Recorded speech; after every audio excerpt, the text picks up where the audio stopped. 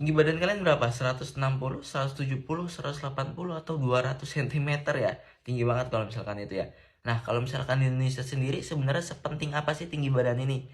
Nah, bisa kita lihat kalau misalkan untuk tinggi badan rata-rata orang Indonesia itu mungkin sekitar 167 untuk cowoknya. Nah, kalau ceweknya pasti lebih pendek lagi gitu. Nah, nanti kalau misalkan kita punya badan tinggi, ini sebenarnya banyak privilege yang bisa kita dapat di Indonesia. Mungkin kalian pengen daftar CASIS, TNI, Polri, dan lain sebagainya. Ini pasti mudah banget buat keterima di tinggi badan. Tapi kalau misalkan yang badan kalian kurang bagus, atau tinggi badan kurang ideal, ini mungkin susah buat keterimanya. Atau mungkin nggak keterima gitu. Cuma kalau misalkan tinggi atau pendek badan, ini sebenarnya masing-masing punya kelemahan keuntungan sendiri ya. Mungkin kalau misalkan yang tinggi badan 180, banyak juga yang nggak suka karena mungkin jadi pusat perhatian. Mungkin kalian misalkan jalan-jalan di mall atau tempat-tempat terbuka itu pasti jadi pusat perhatian.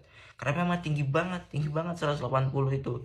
170 aja udah sekitar udah tinggi di Indonesia ya, apalagi 180 itu udah jadi pusat perhatian banget lah. Mungkin kalian punya jiwa-jiwa introvert yang nggak suka sosialisasi, itu pasti malu di situ, nggak nyaman lah, risih.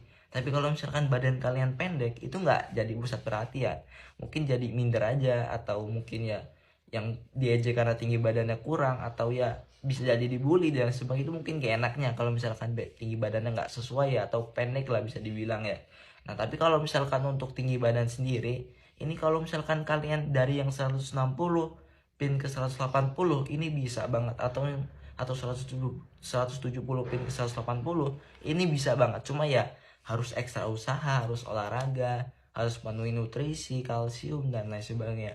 Untuk di Indonesia sendiri untuk kalsium ini kan mahal ya, bisa dibilang ya, untuk kalsium murninya, karena memang nggak semua susu kalsium, nggak semua makanan juga mengandung kalsium.